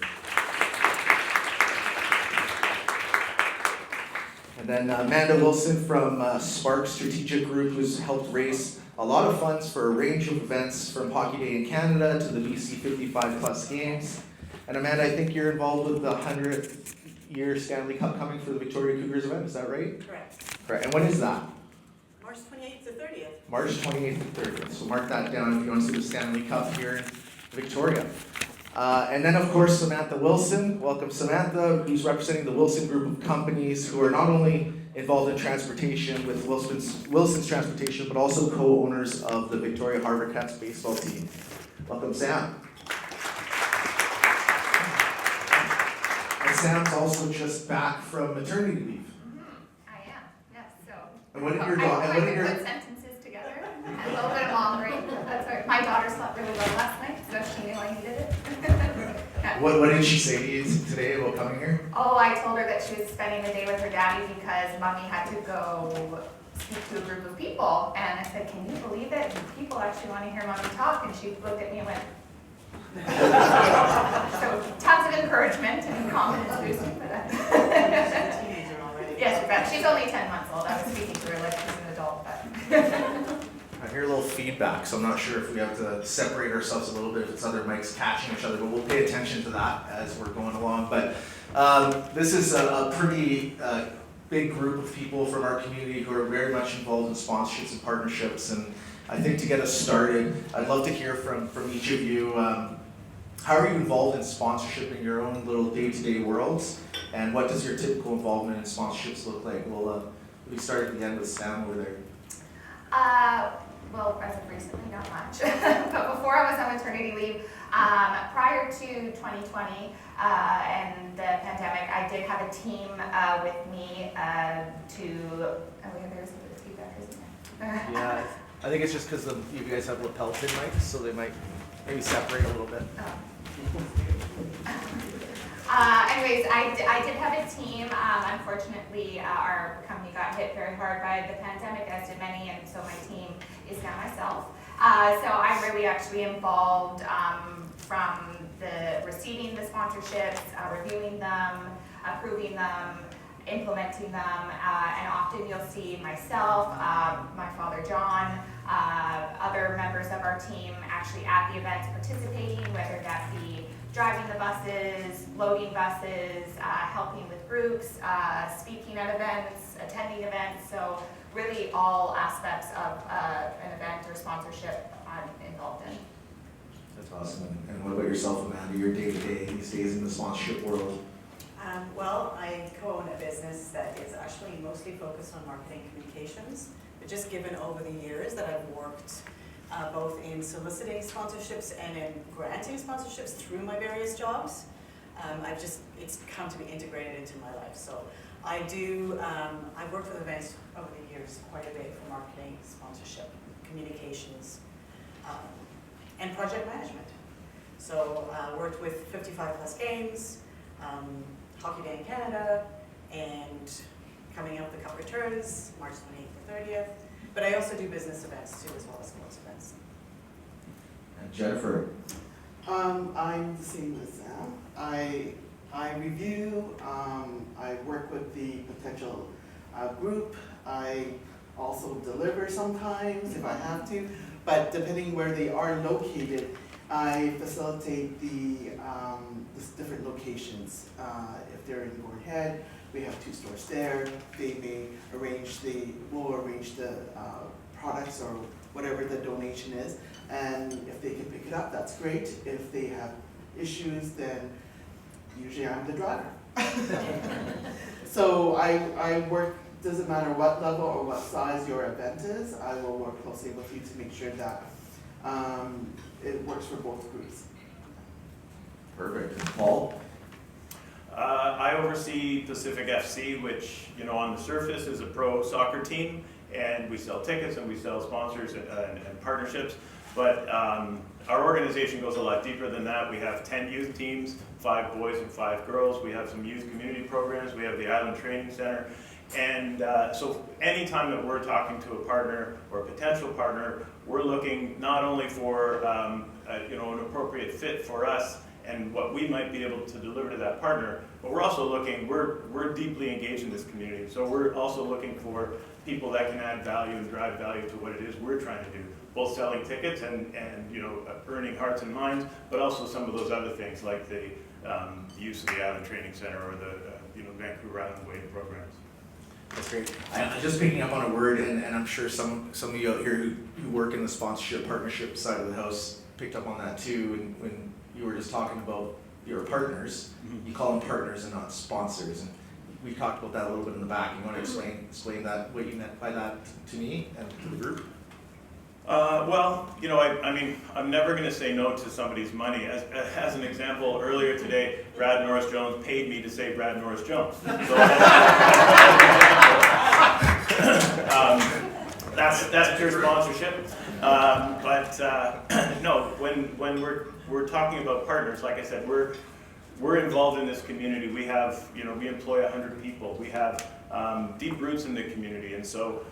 Partnership really implies a two-way connection and driving value in both directions. We're competing with all of you for hearts and minds, and time, and selling tickets is a bit of a grind. I was saying to Paul Hansen earlier, or actually he said to me, that this group should really be like a support group for people who have the struggle of selling tickets in Victoria, because this is a different market, and at least for me, I've worked in other markets, and this is a very different community. But once you can wrap your head around it and wrap your arms around it, there's a really special community, and so I think that's what we're trying to harness here is what makes us different and unique. Yeah, I agree with that. I'm going to get back. I'm going to touch back on that one with you about the differences between like maybe the East Coast and Vancouver Island, Victoria in particular. I'm sure you have some good insights on that. Jennifer, you kind of working with Fairway Markets, which is essentially one of the brands that are supporting a lot of the different rights holders out here. When you're looking at sponsorships and partnerships, what are you guys looking for in particular? Like what makes it you guys get to a yes when someone's approaching you? Details about your event. Don't come to me weak. It doesn't work that way. Even though people send information, they need to tell me what they want and who they are, and basically give me a story. Give me a story. It doesn't have to be long. I will do a little searching and checking you guys out, but basically be detailed, and then it saves me time to go, trying to figure things out, and a lot of back and forth and that sort of thing. If you come to me and say, Jen, I'm trying to feed volunteers. I have so many of them, and I just need snacks. Some juice, some water, granola bars, cookies, some fruit, and I'll be like, okay, as long as you give me time, I don't pull things off the shelf. We order it in, because my responsibility is not to interfere with the day-to-day of the store's customers and inventory. So it does take time, and give me time and some details, and pretty much I would say 90% of the time I'll do it. I'll do it. You heard that here first for anyone wondering. I'm gonna talk to Just want to point that out there. That's what I caught on too. You said something really interesting there about storytelling. Yes. And I think it's so epically important when you're drafting or pitching a partner on getting involved, is like having the right stories. So like what do you look for in particular when someone's trying to share a story, or if anyone else wants to jump in on this question, like maybe you as well, Amanda, as a brand, like what compels you when you hear a story? A little history about your organization, what you've done, even if you're new, what your goals are, what do you expect out of the fundraiser or whatever event you're trying to do. I don't necessarily always chase after reports and whatsoever, because sometimes I'll show up to your event just to check things out.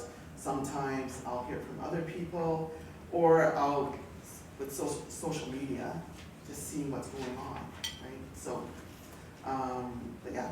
Okay.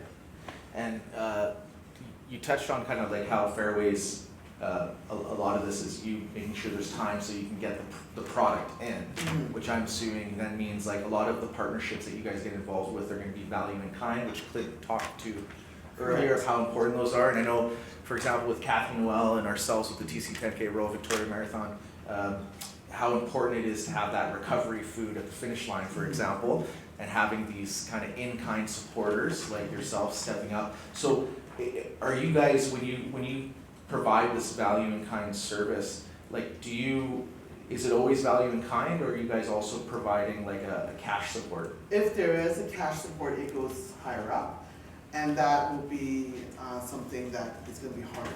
I'm going to just tell you right now, it's going to be harder. And we have budgets. Every business, like Clint says, has a budget from an event, what they need. So do we. And the asks are much higher these days. One day I can get 10, 12, up to 20 asks. That's on a daily basis. They come through. That's 7 days a week. Weekends don't count. Weekends also count too. So I was checking my email and I was like, oh, there's one here, there's another one here. Gotta mark it, make sure I review it on Monday. So in-kind helps. It's easier to support everyone. Each store has their own level of support too, not just comes to me. Some of the local, let's say Gordon Head Soccer, they just need some cookies and some water. Then some stores will do it on their own. Where the bigger ones, they'll tend to move it onto my desk, like Clint's 55 gig. That was a fun one. That was a really fun one. I have a different word for that. Yeah. You were busy making sandwiches in a warehouse, I heard? Well, we were, because it changed, and how do you work? Don't forget, I'm only one person. I need the company to have help too. This includes the bakery, the produce, everybody to pitch in to do this. We were doing, I think, Clint, 2,200 lunch boxes. And It's the first time you've ever been asked to provide Metamucil. so we had to find a way to make sure that it was delicious. I feel like you can say that and I can't. But finding that right balance amongst the company to provide that. So that was a large one, and of course Victoria Grand Boat, and also all these other events. But we do have smaller ones that, you know, they're the local schools, they're the local soccer, you know, organizations that are asking. So That's great. Amanda, just maybe talking more about the strategy here around sponsorships, partnerships. Like with a couple of the events that you've been involved with, 55 plus games, for example, and then going to the Hockey Day in Canada, like two very different target demographics in my mind, two very different audiences. So how do you approach that when you were thinking about how you're going to go to market strategy and how you're going to find the funds for both those events? Well, I'm really lucky because we are in a town that really cares about each other. We're in everybody really believes in community. So in that sense, actually, people might tell me that it's hard to get sponsorship. I didn't find it that hard. The only thing I found hard was the pressure of time to make sure that we could raise it in time. Two different demographics, but they both have the same level of sports, and they both have the same level of community. So really, in working with two essentially different committees, I'm working with relationships as well. There's a lot of what I would call low-hanging fruit. They're not, they're important people, but they're the people who were friends of the committee. You kind of go to where the friends are first, and then you kind of go out further to where the friends of the friends are, and you kind of go out. So it really was just looking at, if I'm in sponsorship or marketing and I'm on the other side, how does this event benefit my company? I would apply that lens to it. When I was looking at approaching sponsors, I always think about how are we helping and how are they helping, and how is them helping and how is us helping, coming together and aligning. Yeah. And that's the thing that I have to say that Fairway Markets does really well. Fairway, they help. That's what they do. Jen is probably one of the kindest, most generous people I know. She and I have worked together for years and years and years. And so I think when you're talking about people coming to you with details, I think when you're looking through that email, you're probably also thinking, who are they helping? And how are they helping them? And that's probably going to be one of the reasons you decide to work with them. Not necessarily the marketing benefits, the logo on the sign, right? It's going to be like, how does this fit our brand? How is our brand going to look good with this organization? Do we want our logo on their events? Do we know who else is going to be there? Do we want to be in that party, or do we not want to be in that party? It's really thinking about pride too. Will they feel proud to be working with us? Will we feel proud to be working with them? So I'm talking a lot about feelings, not really companies. It's like who feels right, who's aligned, who wants to help, who has the money to help, and how much can they support. So those are the things that I'm thinking about when I'm looking at brand alignment and sports events. Yeah. And that makes a lot of sense. And then the like post event for any event, like the KPIs of the success of a partnership, like feelings are one thing, and then the KPIs are something completely different. Like how do you keep and sustain a partnership over the long term, not just like a one and done? And maybe I'm gonna throw this into your direction, Paul. What are your thoughts around like how you can ensure that the partnership has the meaningful KPIs that you can actually be successful for the longevity of it? So part of the reason why I lean on the word partnership rather than sponsorship is that I think a lot of organizations, this whole community is an ecosystem of small and medium-sized businesses. There aren't any massive employers other than hospitals, universities, and government. And they're not writing checks for, to sponsor sporting events.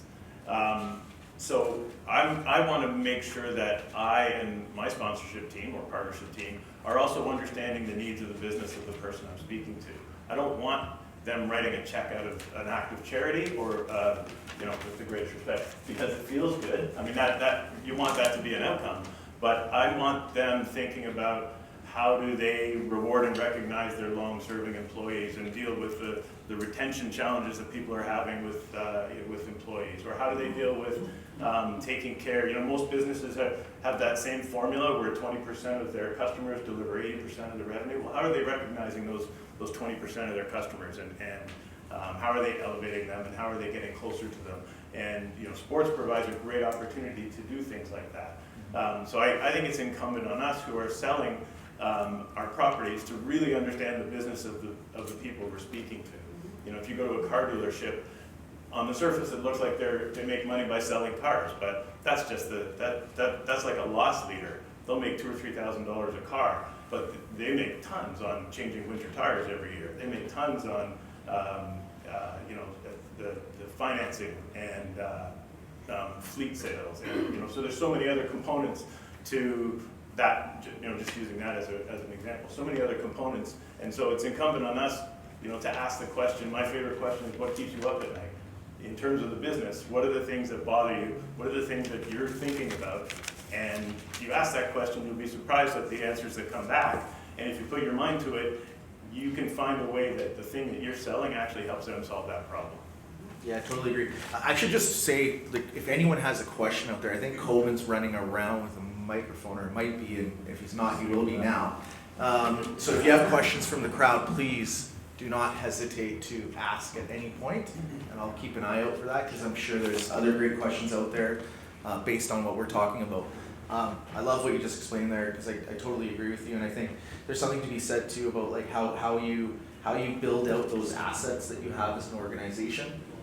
So if you're thinking about this internally within your own organization, what assets do you have available to you, or what can you create within your organization that can help solve a problem for one of your partners? You might not have that currently built out, but just taking the time to actually research the organizations you're working with and seeing if there's other ways you can help them build out their businesses, I think is integral in this whole work that we do as sponsorship and partnership leaders. Sam, I'm gonna throw a question your way now. I know your involvement in the Victoria Harbour Cats and Hockey Day in Canada, and even with your dad with Touchdown Pacific as well, which was a very fun event that we enjoyed here in our community. Why do you think bringing these sports events into our community are so important, and how can, well, I'll start with that and then I'll have a follow-up for that. So why do you think that's so important for our community? Well, Victoria, as much as we've grown and have become a larger city than when most of us were small, it's still very much got that small town feel, and community events to bring everybody together are so important for our local community, and we feel very strongly about giving back to those events because of the support that our community gives back to us in times of need. We've seen that time and time again in our company when we've been down. The support that we've given out to the community has come back to us in those times of need, which has been amazing. We just truly believe that we need to give back to the community just as much as they give to us. It's part of the foundation of our business. It's part of how we got into this business. My late grandfather started this company based on some seniors groups and other groups coming to him looking for busing, and he didn't have any at the time, but he thought, maybe this is something I could get into and help them out. So it's really at the foundation of our business. And it's important. I always joke, our family, my father has been involved in several sports teams over the years, and I always joke that it wasn't to make my mom happy. Another sports team. But it's because they're important to the community. They're important to the growth of our community. We talk about, right now, young people being brought up in Victoria, a lot of people leaving our community, unfortunately, and we need things like this to keep them here, give them opportunities to, play the sports that they want to play, and have opportunities to get scholarships. It's very important, these events, and bringing everybody together for a common purpose of cheering on our home team is so important. And then, quite frankly, when you look at an event like Hockey Day in Canada, it was, Victoria is a tourism town, and the economic effect that event had on Victoria was huge. But not only that, but the eyes that it put on our town. That event was broadcast all across Canada, and it was some of the best marketing that I've seen for our town. And it's very important for additional business coming to Victoria and helping all of the businesses in the downtown core. Our company is involved not only in transportation, but we do have a sightseeing division as well, so we know how important that exposure from a tourism perspective is for our city. So there's multiple reasons why we get involved and why it's so important that businesses do. And as Amanda said, our community is very much based on small and medium-sized businesses. Time and time again, we've seen big conglomerates try to come into Victoria and play the big city guy, and they don't last long here because we are very tight-knit and we support each other. We are a community-minded group of people, and I strongly encourage all businesses to get involved because, like I said, our company has been down and out. Again, I'll just go, the pandemic brought us down to 98% of revenues dropped during the pandemic for our company, and we are still here, and that is a big part because of our community supporting us And so we feel that. I was on the group that was setting up the Toronto Raptors and launching the Toronto Raptors. And I was within that organization for almost 20 years. And what we, and I think the brands in Toronto and the decision makers in Toronto, what we failed to recognize is that we had everything within, you know, a 300-meter radius. The heart of all the financial decisions in the country are made a few meters from where the basketball and the hockey and the baseball games take place. And that's a really false economic environment. Then I went to work for the Ottawa Senators. Again, don't hold it against me.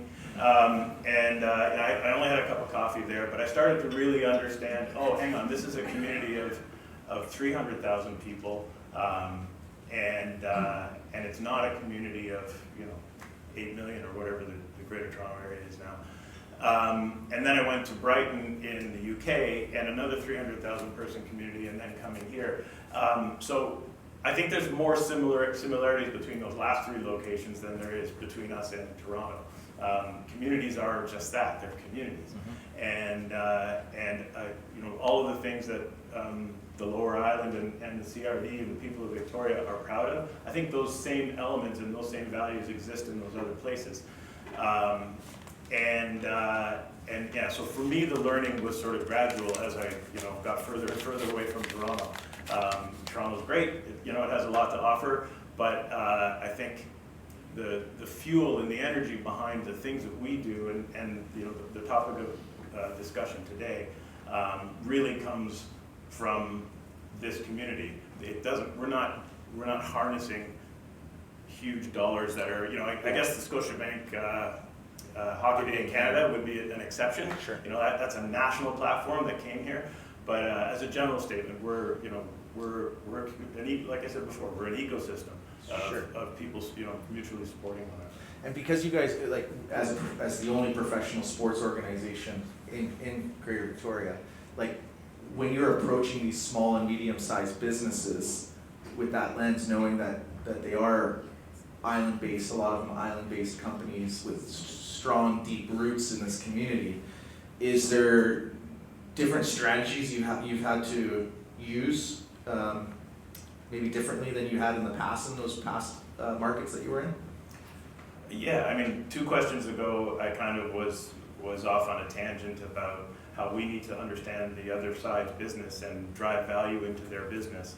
But I think it's important sometimes to understand that the person that you're speaking to is also the business owner, also has a truck, also has their hands on the tools 4 out of 5 days, and they're the, you know, the head of human resources, and they're the CEO, and they're the, you know, master plumber. And so, you know, I think it's important that we be careful not to try and pontificate, you know, not to try and tell them how to run their business. And there is a place for somebody that just goes, stop. I just want to see my company sign right there. It makes me feel good, and it makes my employees feel good, and I want to signal to my community that I care about my community. There's loads of room for that.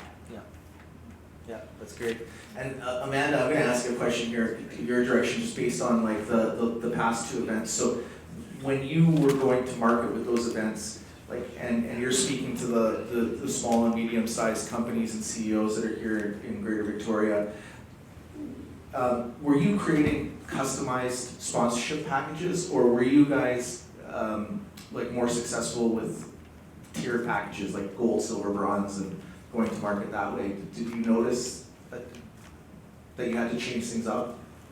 We had some more clear-cut options for the 55+ games, but with the Hockey Day in Canada, we didn't have so many clear-cut options. We created a sort of a benefits sheet that kind of arranged themselves into, you know, the dollar amounts.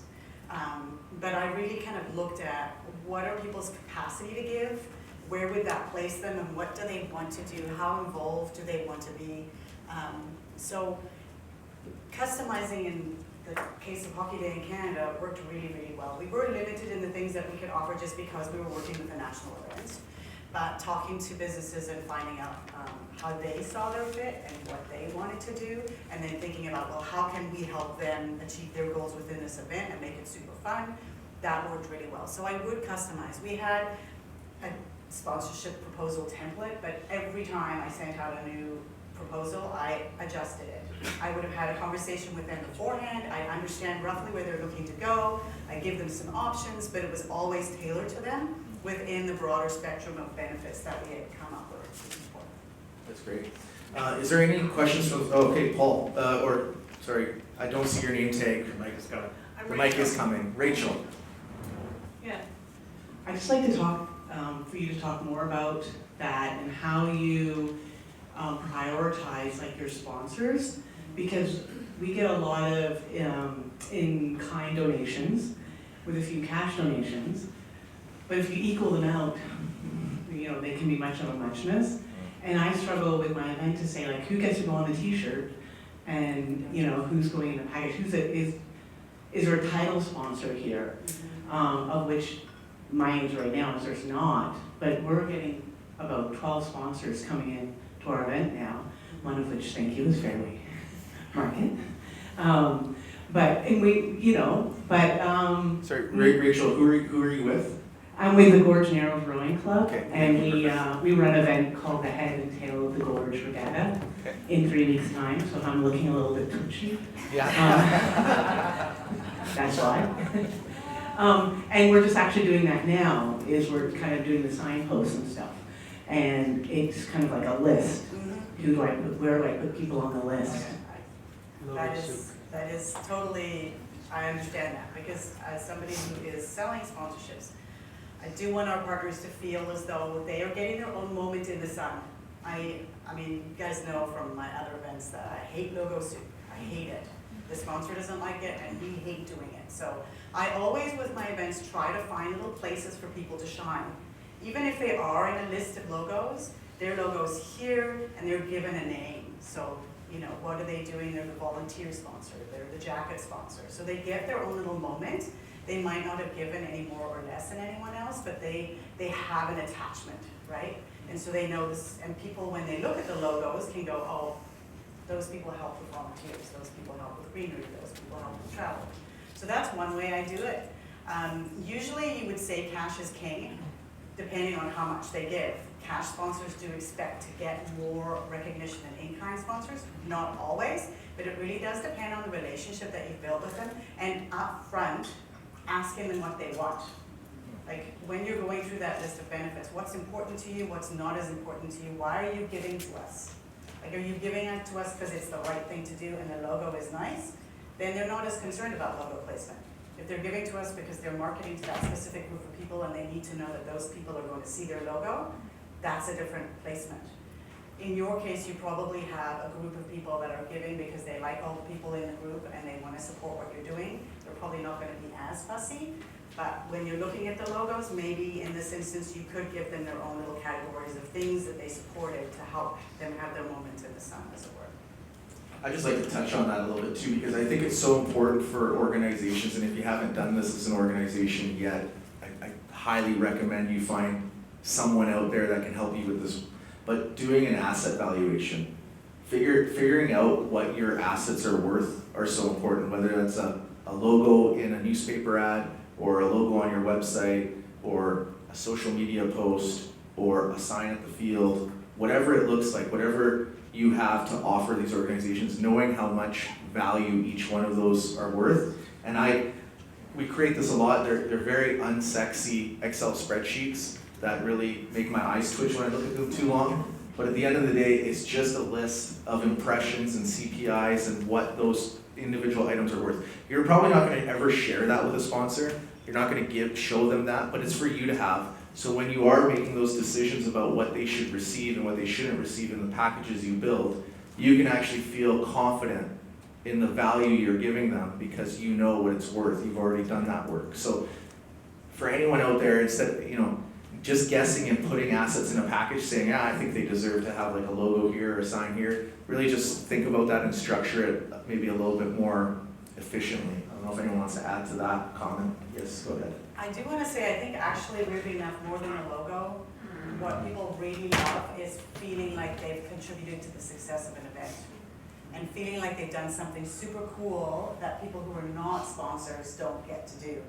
That works super well with Hockey Day in Canada. people that were sponsors got to do things, meet people, have experiences they would not have had if they weren't sponsors. So finding ways to integrate people into your event in a way that makes them feel cool, like they've done something really good, and that's worth way more than logos. I've done reports because I think it's super important to actually deliver what you promised and over-deliver if you can. So I do reports after every event, very detailed reports, and I send those out and I make sure that my sponsors have been given everything that they were promised. People don't even look at my reports because they're so darn happy with the event itself and their participation and how good it made them feel inside. And that's the feelings part, yes, the KPIs. KPIs are fine. That might be the logic they apply to putting the money. So if you need to appeal to logic, KPIs. But really people are getting involved because they want to, it's gonna make them feel some kind of way and you want them to feel good. Yeah, and I think in those major events like that, Hockey in Canada, when you get to mix and mingle with NHL superstars, if you're someone that cares about that experiential sponsorship or hosting, those are key components in it. Is there, yeah? I just want to build on your comment. I'm Doug Jennings with the Sports Hall of Fame. And we were one of your partners at the Hockey Day in Canada, and John and others made a smart move because it's a balance of high tech, the game and other things, but high touch. We got a huge amount of traffic coming and looking at the history of sport in Victoria. Then they wanted to talk to you about the new book that was being created, and we brought over the Sports Hall of Fame for BC and their collection of history. And lots of people hung around that area, I think more than you guys originally thought, because it was just talking and granddad and community. So sometimes others can play a real key role to flush out what's required. Yeah, That's right. event partners are great for that, and it was a perfect fit, right? It's really a perfect fit. And back to feelings, we can't lose sight of the fact that sports are emotions and sports are a roller coaster, and so any opportunity to experience highs together as a group is a huge opportunity. The other thing I'll add is pay a lot of attention to the children of your partners. Little kids are the way to the hearts and minds of the parents who are actually signing the checks. So yeah, pay attention. I just wanted to touch on kind of what Amanda was saying too, is that one thing when I'm looking at sponsorships is exactly what I said, unique opportunities. You know, a business, like most businesses have a advertising and marketing budget. So if I need to put my logo somewhere, I can pull from that budget as well. But unique opportunities where maybe it can lead to a team building opportunity, attending an event that you maybe never would purchase a ticket for or don't have that in your budget, being able to bring your family to something. You know, we've done a golf tournament where we can do, you know, a whole activity where you can really interact with the people and let them know what your business is and such. So unique opportunities really make a sponsorship stand out for me, and ability to get involved, not just, oh, okay, yes, slap my logo there, but an opportunity to get involved. And you know, the KPIs are great for our accounting departments who like to see those. My cousin Travis is our VP of finance, and so he gets to look at those and see, look how great it was. But you know, for us marketing people, we like to see those reports of, you know, but you got this and this and those opportunities. And you know, a lot of businesses are trying to do more with less these days, and so like I said, those opportunities to have a team building experience where maybe that wasn't in your budget for the year, but now this has come up and now we can do this, and it makes your team feel like they're involved. It makes them proud to work for a company that would get involved like that. So those types of opportunities in your sponsorship packages are big for. Yeah, so important for sure to have those hosting opportunities or those HR opportunities. I saw someone in the back had a question.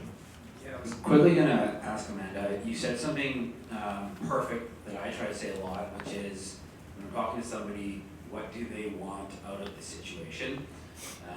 And now a few of you have touched on it since, but I was gonna ask you, do you have any advice, or is there a specific way that you talk to a partner or sponsor, whoever maybe after the event, to kind of tie that up in a certain way? With Hockey Day in Canada, for instance, we had such success that was easy.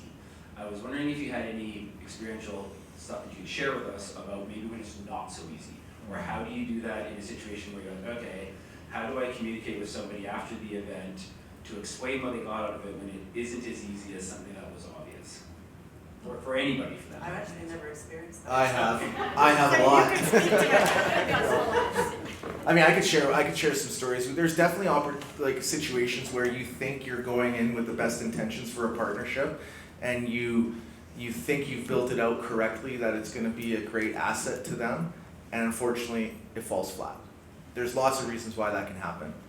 The most important thing in that post-event, post-situation recap meeting is to just be open and honest, and figure out why that did happen, and do you have a solution for the future? Because at that point, you might have lost a partner already. They might be very disappointed in the service they got or the situation that they're in, and you might have already lost them. But if you don't at least come into that meeting figuring out ahead of time, why do you think that occurred, and is there a solution that you have to solve it, you're not going to be able to walk away salvaging anything in that relationship, in my opinion. I don't know if Paul or someone else wants to add to that or not. Yeah, the difficult conversations are the ones that you have to have head on. You have to the extent that you can, get ahead of it, so acknowledge it before they come to you. And I tend to look at them as an investment in a potential for retention. And you certainly have to, swallow hard and swallow your pride sometimes. And you probably have to over-deliver, and you have to, you're going to underprice them for a bigger package next year just to keep them in the family, but it's important to do that. Sorry, one more question if you don't mind, and then we got to keep her moving. Yeah, for sure. I think John or someone else had it. Someone else. We have two questions. I'm gonna say two. All right. You're cutting into our time. I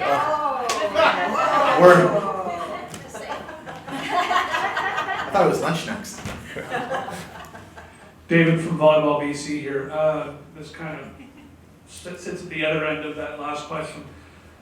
In terms of decision making, grassroots, tentpole, community support, obviously there's a formula that goes into KPI versus feelings versus community support. Can you speak to some of the decision making that you guys use to choose your involvement in partnerships? So for myself, it would be brand alignment, which Amanda spoke to, as well as cash decisions are more difficult as well. In kind is a lot easier for us to do, and so is it an event where it will bring large amounts of people, or is it a team sport where the teams need busing? That aligns a lot better with us. Or we do have other services, our sightseeing division, our line services division. Is this an opportunity to promote our BC Ferries Connector service, and some of the team will come over using that. So seeing how it aligns with our brand. We also have causes that we give back to other than just, how does this sports team align with Wilson? So that's probably one of the bigger ones. And then, like I said, unique opportunities, is this an opportunity where we can get involved in different ways? So, but yeah, definitely for us in particular, in kind is a lot easier. Cash decisions are a little bit more difficult because we do have that budget, but in kind I can kind of make work a little bit better. It's pretty much for the same with us too, at Fairways. So, because we're a grocery store, so I do focus on ensuring that, food is a big part of it. Cash budgets are much tougher to get, but it's working with the organization. The time frame, your event, if it's a bigger one, if it's a big tournament, let's say you're doing all the volleyball teams from BC coming into an area, into Saanich or something, is basically giving us time to figure this out and how that works. As for the business part, marketing and sponsorship or partnerships, that's great and dandy. Fairways has been there for 60 years. So it's one of those things that we're established. The extras are fantastic. And some extra things, you know, if it's not free, some tickets for staff to go to, like we talked about engagement, and the Goddess one is one of them we support. And but I think I'm not sure if the office is always happy when I say, oh, it's that time of year, who wants to go for this? And they're all like, let me get back to you. But you know, we've done different things where we build teams within the different stores and we participate. So it really depends. We look at every ask not differently, but how does it work? Because not everybody's the same, and not every ask is the same. So we look at that very in a way that is, you know, how we can help too. I also, depending on the location, let's say it's Nanaimo, then we only have one store in Nanaimo, is how does that affect that team up there? And we all know staffing has been a big, big issue. So how does that affect the stores and the staff that I'm gonna be leaning on?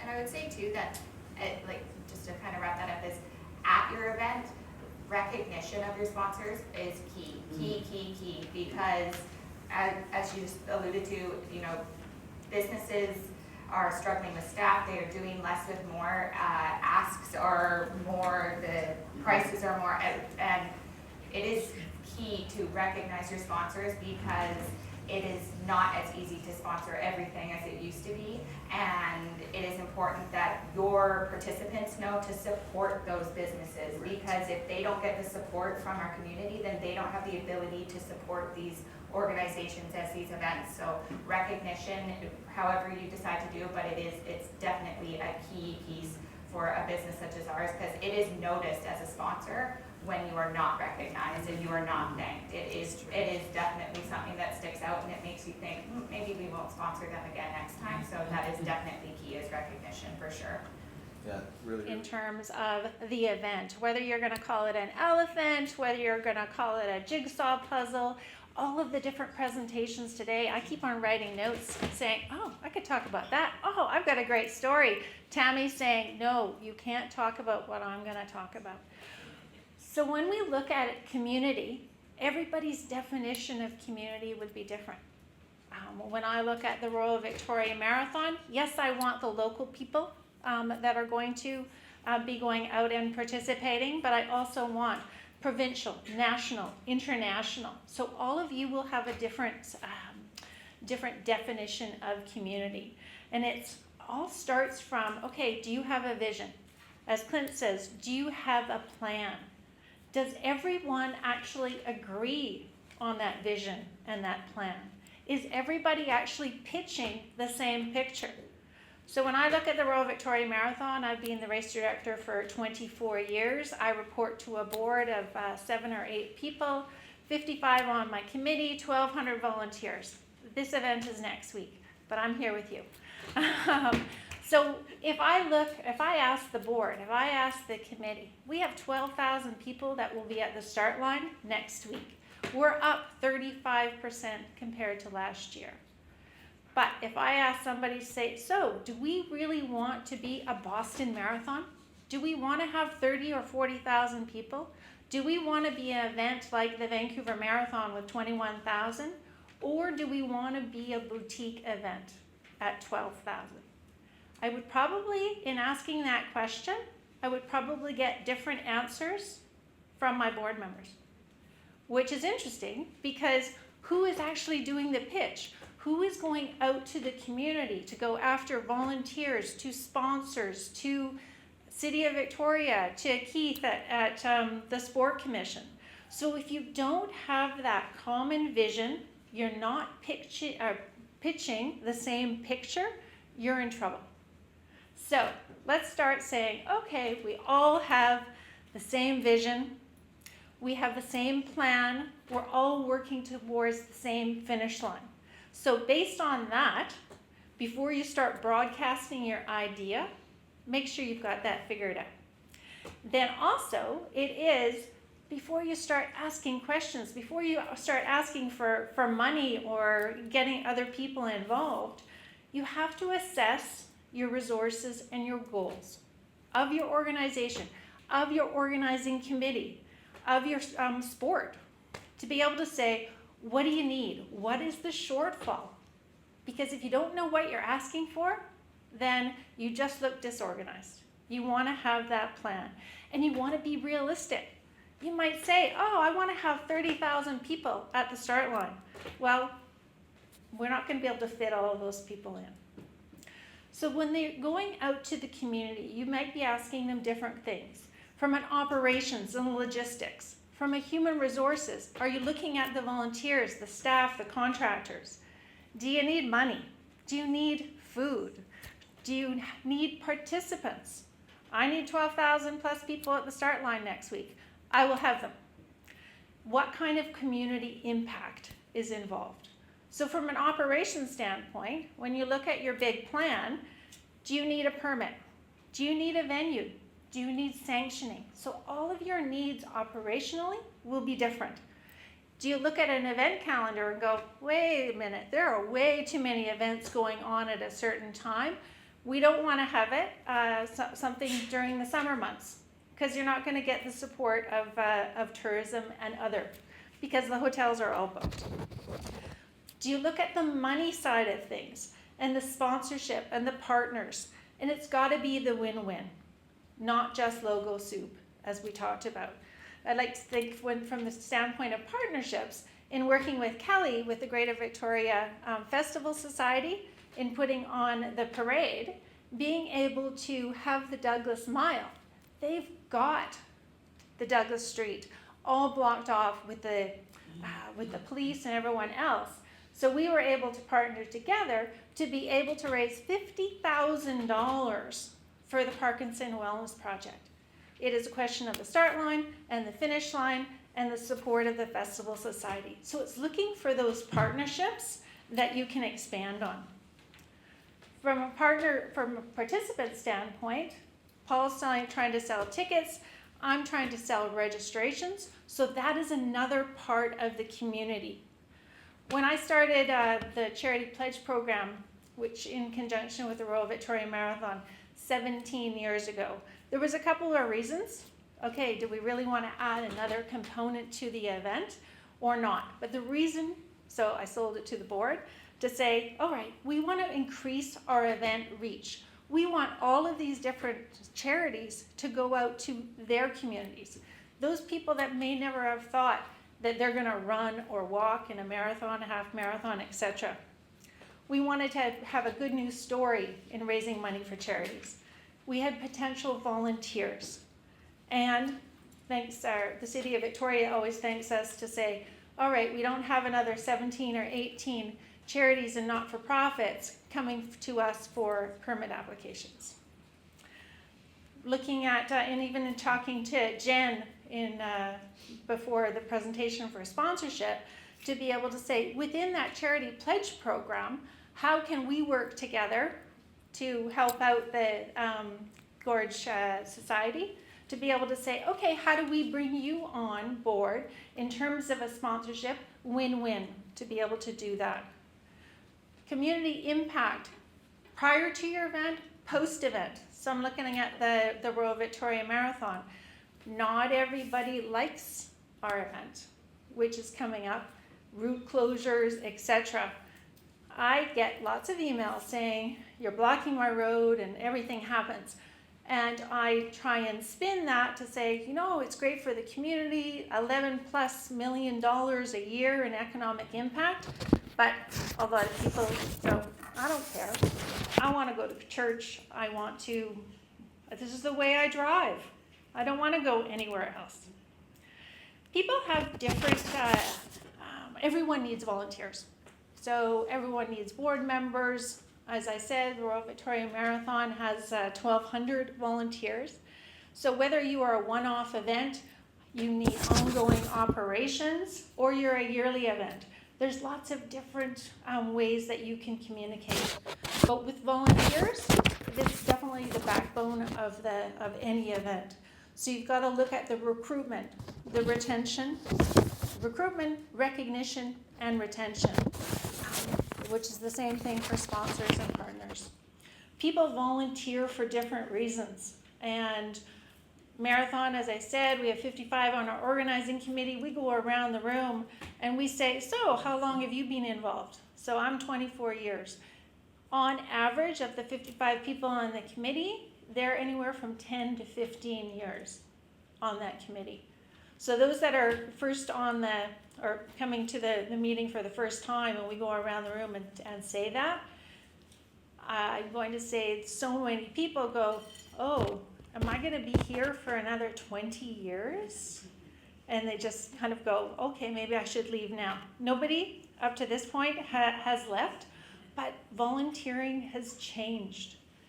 What we're finding is that for groups, you're having to pay $500 here, $750 here. People want to come out, some people, they want to come out for 2 or 3 hours. Tell me what I have to do, and I'm gone. There's other people that want to be a part of the process. So it's identifying which person you're talking to. Do they want a social network? Do they want to just be told what to do, get their shirt, get their jacket, or whatever? What is that agenda? But every volunteer or staff member, contractor, they want to be part of something that is well organized. So part of that is having job descriptions, organizational chart, meetings, having face-to-face conversations, not just always Zoom. During COVID, when the Royal Victoria Marathon and Goddess Run and other events were canceled, I continue to have Zoom meetings with the committee every single month. And some of the people on my board, they said, why? And I said, because they are a family. They want to be involved. I want to engage them because when it comes time that, okay, the gun's going to go off and I need their help, I want them to be there. I want them to be able to say, yes, Kath, you're still in my mind. I still have the Royal Victoria Marathon, Goddess Run, before it was the TC 10K, to be able to say, it's still on my radar. I want to be involved. I want to contribute, and I know I'm valued.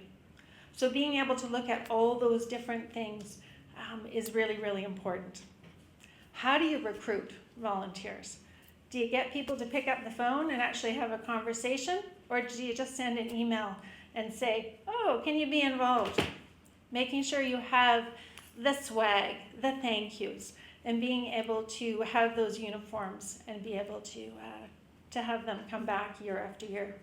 So retention, asking for feedback, asking for that survey. And it's not just asking for feedback at the end of the event, it's asking for feedback during the organization and being able to get their input.